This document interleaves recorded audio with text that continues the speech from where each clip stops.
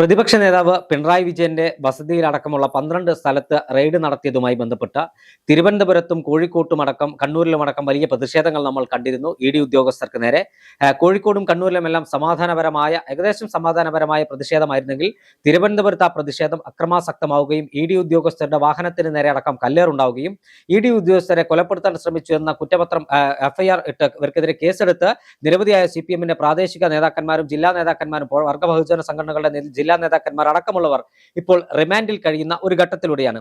ഈ കേസിനകത്ത് E D കൃത്യമായ നിലപാടാണ് സ്വീകരിക്കുന്നത്. രാജ്യത്തിനെതിരായ ആക്രമണം എന്നാണ് ഈ കേസിനെ കോടതി വിശേഷിപ്പിച്ചത്. അതുമാത്രമല്ല, ഈ കേസിന്റെ ഗൂഢാലോചനയെ കുറിച്ച് അന്വേഷിക്കാൻ ഇപ്പോൾ പോലീസ് ശ്രമം ആരംഭിച്ചിരിക്കുന്നു. ഈ അക്രമത്തിന്റെ ഗൂഢാലോചനയെ കുറിച്ച് അന്വേഷിക്കുമ്പോൾ അത് CPM-ന്റെ ഉന്നത നേതാക്കന്മാരിലേക്ക് എത്താൻ സാധ്യതയില്ലേ? നിലവിലെ സാഹചര്യത്തിൽ കേസുമായി SIT ആണ് മുന്നോട്ട് പോകുന്നത്. സ്വാഭാവികമായും മുതിർന്ന നേതാക്കളുടെ പേരിലും കേസ് അല്ലെങ്കിൽ ഗൂഢാലോചന പരിശോധിക്കുമ്പോൾ മുതിർന്ന നേതാക്കളൊക്കെ കുടുങ്ങാനുള്ള സാധ്യതയുണ്ട്. പെട്ടെന്നുണ്ടായ സംഘർഷമല്ല എന്നാണ് ഇ ഡി ഉദ്യോഗസ്ഥർ ആവർത്തിച്ച് പറയുന്നത്. ഇതെല്ലാം പ്ലാൻ ചെയ്ത കാര്യങ്ങളാണ്. അവർ റെയ്ഡ് കഴിഞ്ഞിറങ്ങുമ്പോൾ അത് സംഘർഷത്തിലേക്ക് കൊണ്ടുപോകുന്നു. ഒരു പ്രതിഷേധത്തിന് വന്നവർ അതെങ്ങനെ പ്രത്യേകിച്ച് പ്ലാൻ ചെയ്ത് അതെങ്ങനെ സംഘർഷത്തിലേക്ക് പോയി എന്നൊരു ചോദ്യമുണ്ട്. അതൊക്കെ തന്നെയാണ് ഇ ഡി ഉദ്യോഗസ്ഥർ ആവർത്തിച്ച് പറയുന്നത്. അവർക്കിതിൽ സംശയമുണ്ട്, ഗൂഢാലോചന നടന്നിട്ടുണ്ടോ എന്ന് സംശയമുണ്ട് എന്ന് പറയുന്നുണ്ട്. അപ്പോൾ അവരുടെ ഇപ്പോൾ അറസ്റ്റിൽ അല്ലെങ്കിൽ പ്രതികളായിട്ടുള്ളവരുടെ മൊബൈൽ ഫോണുകൾ പരിശോധിക്കുന്നുണ്ട്. മൊബൈൽ ഫോണുകൾ പരിശോധിക്കുമ്പോൾ ആരുമായിട്ടൊക്കെയാണ് സംസാരിച്ചത്, അതിൽ മുതിർന്ന നേതാക്കളുണ്ടോ അല്ലെങ്കിൽ ഏതെങ്കിലും നേതാക്കളുണ്ടോ എന്നൊരു ചോദ്യമുണ്ട്. സ്വാഭാവികമായും നേതാക്കളുടെ പേര് വരാൻ കാര്യം CPM ആണ്. ഇപ്പോൾ പല നേതാക്കളും രണ്ട് രീതിയിൽ നിലപാടെടുത്തിട്ടുണ്ട്. സംഘർഷത്തെ എനിക്ക് തോന്നുന്നു പൂർണ്ണമായി ആരും തള്ളിപ്പറഞ്ഞിട്ടില്ല. ജോയി അടക്കമുള്ളവർ സംഘർഷത്തിൽ വന്ന എല്ലാവരും CPM-കാരല്ല അല്ലെങ്കിൽ പാർട്ടിക്കാരല്ല എന്ന് പറയുമ്പോൾ മറുവശത്ത് ഇത് ഇഷ്ടപ്പെട്ട നേതാവിനെതിരെ ഒരു വികാരം ഉണ്ടാകുമ്പോൾ ഇങ്ങനെ തന്നെയാണ് പ്രതികരിക്കേണ്ടത് എന്ന് പറഞ്ഞ നേതാക്കളുമുണ്ട്. അപ്പൊ അതിൽ ആരുടെയെങ്കിലും ഒക്കെ പേര് വരുമോ എന്നൊരു ചോദ്യം നിലനിൽക്കുന്നുണ്ട്. പക്ഷെ CPM-ന് അത്ര എളുപ്പമല്ല ഈ കേസിൽ നിന്ന് ഊരി വരിക എന്നുള്ളത്. നിലവിലെ പ്രതികളായിട്ടുള്ള ആളുകൾ, നിലവിൽ അറസ്റ്റിലായിട്ടുള്ളവർക്ക് ജാമ്യം നിഷേധിച്ചിട്ടുണ്ട്. പൊതുമുതൽ നശിപ്പിച്ച കേസും രാജ്യദ്രോഹ കുറ്റവും അടക്കമുള്ള വകുപ്പുകളാണ്. അപ്പോൾ CPM വിചാരിച്ചത്ര എളുപ്പത്തിൽ കാര്യങ്ങൾ നടക്കില്ല. രാഷ്ട്രീയമായി ഇതിനെ ഉപയോഗിക്കാമെന്ന് മാത്രമായിരുന്നു CPM തെരഞ്ഞെടുപ്പിലെ പരാജയത്തിന് ശേഷം എങ്ങനെയെങ്കിലും രാഷ്ട്രീയമായി ഉപയോഗിക്കാം, അല്ലെങ്കിൽ ഏത് വിഷയത്തെയാണ് രാഷ്ട്രീയമായി ഉപയോഗിക്കേണ്ടത് എന്ന് ചിന്തിച്ചിരുന്നപ്പോഴാണ് ഇ ഡിയുടെ റെയ്ഡ് വരുന്നത്. ആ ഒരു വിഷയത്തിൽ അത് രാഷ്ട്രീയമായി ഉപയോഗിച്ചു. പക്ഷെ ഇത്രയും വലിയൊരു തിരിച്ചടി ഉണ്ടാകുമെന്ന് കരുതിയില്ല.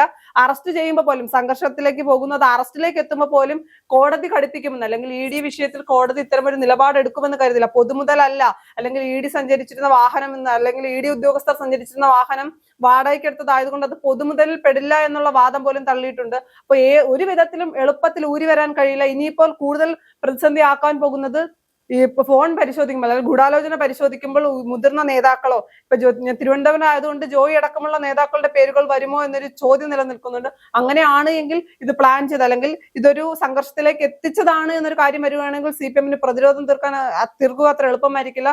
സ്വാഭാവികമായും എന്തിനാണ് ഇ ഡിക്കെതിരെ ഇത്തരത്തിൽ സംഘർഷവുമായി പോയതെന്ന് സാധാരണക്കാരായ ജനങ്ങൾ ചോദിക്കുന്നുണ്ട്. പാർട്ടിക്കകത്തുനിന്ന് അണികൾ ചോദിക്കുന്നുണ്ട്. അതിന്റെ ആവശ്യമുണ്ടായിരുന്നോ? തെറ്റ് ചെയ്യാത്തവർ എന്തിനു ഭയപ്പെടണം?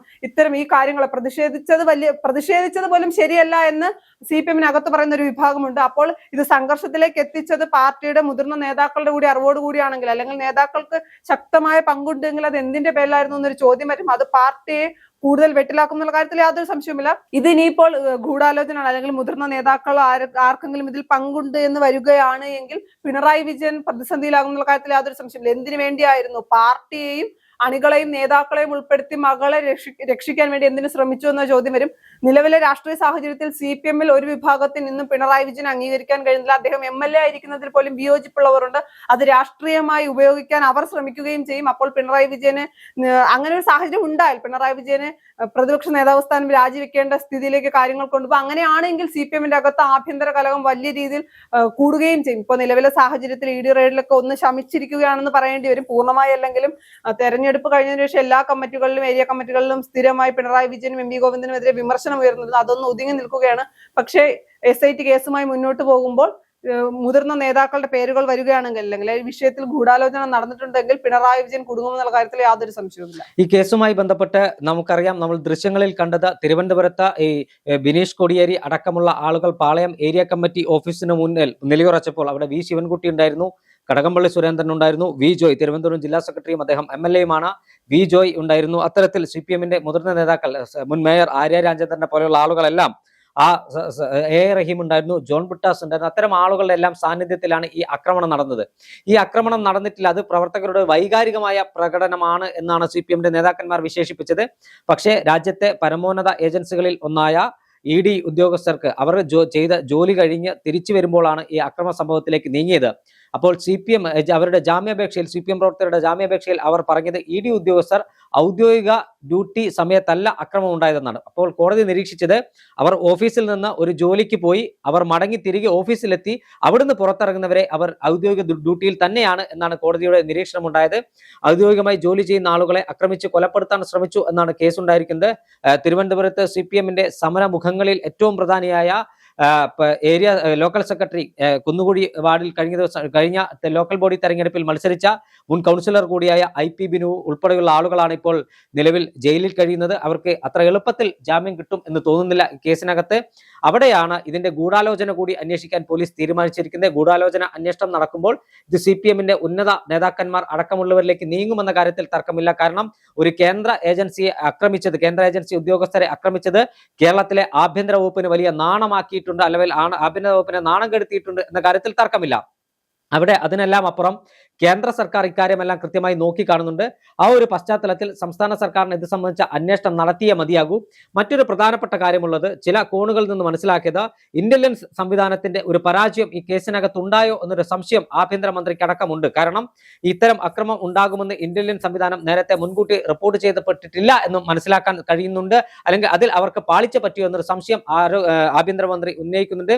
അത് മാത്രമല്ല, അന്ന് ആ സംഘർഷം നടക്കുമ്പോൾ ചില പോലീസ് ഉദ്യോഗസ്ഥർ CPM നേതാക്കളുടെ ആജ്ഞാനുവർത്തികളായാണ് പ്രവർത്തിച്ചത്. ഭരണം മാറിയത് അറിയാത്ത പോലീസുകാർ ഇപ്പോഴും സേനയിലുണ്ടോ എന്ന് ചില കോൺഗ്രസ് നേതാക്കന്മാർ തന്നെ സംശയിക്കുന്നു. ആ ഒരു പശ്ചാത്തലത്തിൽ ഇതുമായി ബന്ധപ്പെട്ട് പോലീസ് ഉദ്യോഗസ്ഥർക്കെതിരെ ഏതെങ്കിലും തരത്തിൽ നടപടി ഉണ്ടായാൽ പോലും അതിശയിക്കാനില്ല, അല്ലെങ്കിൽ അത്ഭുതപ്പെടാനില്ല. നിലവിലെ സാഹചര്യത്തിൽ ഇതിന്റെ ഗൂഢാലോചനയെ കുറിച്ച് അന്വേഷിക്കുമ്പോൾ CPM നേതാക്കന്മാരുടെ ഹൃദയമിടിപ്പ് വർദ്ധിക്കുമെന്ന കാര്യത്തിൽ ഒരു തർക്കവുമില്ല. എന്തായാലും ED ഉദ്യോഗസ്ഥരെ ആക്രമിച്ച കേസുമായി ബന്ധപ്പെട്ട ജയിലിൽ കഴിയുന്ന ആളുകൾക്ക് ജാമ്യം ലഭിക്കുമ്പോൾ ഗൂഢാലോചന പങ്കാളികൾ അവർക്ക് ജയിലിൽ പോകാനുള്ള ഒരു സാഹചര്യമാണ് കേരളത്തിൽ ഒരുങ്ങുന്നതെന്ന് നമുക്ക് പറയാൻ സാധിക്കും.